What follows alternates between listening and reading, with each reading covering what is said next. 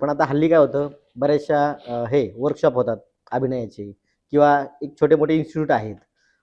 म्हणजे आज अभिनय शिकवणाऱ्या बऱ्याच संस्था आहेत, वर्कशॉप आहेत. मग तुम्हाला वाटतं का, की अभिनय शिकवता येतो किंवा शिकला जातो किंवा वेगळं आत्ताच्या मुलांनी काय केलं पाहिजे? कशा-कशाची जोड घेतली पाहिजे? अभिनय शिकून येत नाही, माझं स्पष्ट म्हणणं आहे. तुमच्यात ते इनबिल्ट असावं लागतं. रक्तात असावं रक्तात असावं लागतं. आणि नुसतं मग रक्तात जरी असलं तर त्यासाठी तुम्हाला मेहनत घेणं गरजेचं आहे. बरोबर. आणि तू ऍक्टिंग क्लास बद्दल म्हणशील तर आता आहे ना, ते काय त्याला म्हणतो आपण, धंदा झालाय.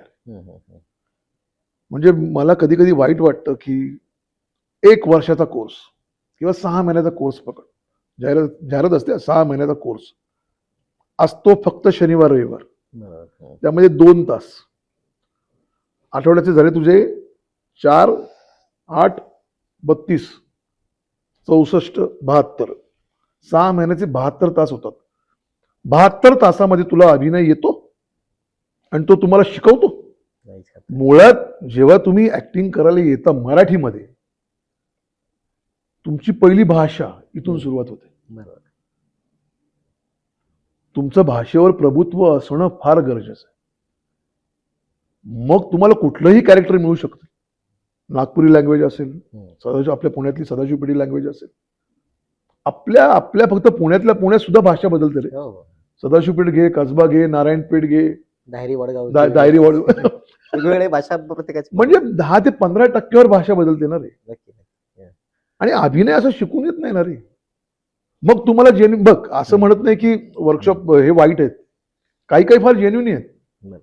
म्हणजे माझे आता 40-45 वर्षाचे मित्र ते सुद्धा आजही वर्कशॉप जॉईन करतात. पण ते जेन्युइन वर्कशॉप जॉईन करतात. त्यांना बऱ्यापैकी कळलेलं आहे की ऍक्टिंग कशाची खातात, पण तरी सुद्धा ते पैसे देऊन जातात. नाही, या आठवड्याभराचे मला थोडेफार पैसे आहेत, पण मला त्यातून काहीतरी शिकता येईल. पण आता जो काही धंदा उघडलाय ना, 70,000, 1 लाख, 2 लाख, मुंबईमध्ये तर फार दुकान आहेत. आता पुण्यामध्ये पण दुकान आहेत. 4-4, 8-8 वर्षाच्या पोरांना अभिनय शिकवतात. आई वडिलांना वाटतं की आईला माझा पोरगा तर ऍक्टिंग क्लासला जातो. मला तर खूप जण म्हणतात, ओ माझा पोरगा पण आता ऍक्टिंग क्लासला जातो. म्हटलं अहो, त्याला जरा शिकू द्या. त्याला बालनाट्यमध्ये टाका, त्याला एकांकिका बघा, त्याला थिएटरमध्ये जॉईन, कुठल्याही ग्रुपमध्ये जॉईन करा. त्याची भीती मरेल जरा. तिथे जाऊन तुमचे काय जाणार, 50,000, 1 लाख रुपये तुमचे जाणार. मी लोकांना काय सांगणार, माझा मुलगा छान दिसतो, करेल, असं नसतं ना रे यार. मुलगा किंवा मुलगी, देखणा किंवा देखणी आहे म्हणजे तो ऍक्टरच होईल असं नसतं. ते त्याला वाटलं पाहिजे ना की मला पुढे मोठं झाल्यावर की मला नाहीच करायचं तर काय करणार.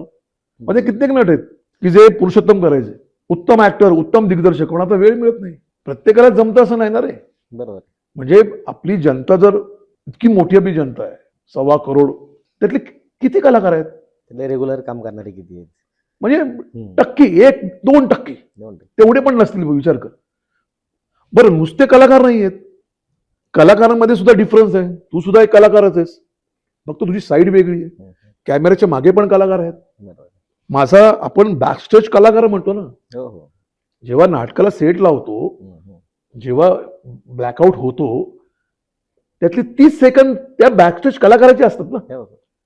सेट बदलायचं आहे अंधारात, नॉट अ जोक, म्हणून त्यांना बॅकस्टेज कलाकार म्हणतात. आणि मी माझं वैयक्तिक म्हणणं की मी माझ्या बॅकस्टेज कलाकारांवर फार प्रेम करतो. मी माझ्या सिरियलच्या स्पॉट दादांवर खूप प्रेम करतो. आणि मी आजही कधी मी स्पॉट दादा म्हणून हाक मारत नाही. मी नावाने हाक मारतो, दादा मी कुठल्याही गेलो नाही, तुमचं नाव काय, मी तुम्हाला स्पॉट दादा म्हणणार नाही. ए स्पॉट मला अजिबात आवडत, तुझं नाव आहे, छानपैकी आई वडिलांनी ठेवले, मी म्हणेन नाही. मोठा असेल तर मी त्यांना अवजाव करतो, लहान असेल तर मी अरे तुरे करतो. रिस्पेक्ट दिला तर तुम्हाला रिस्पेक्ट मिळेल.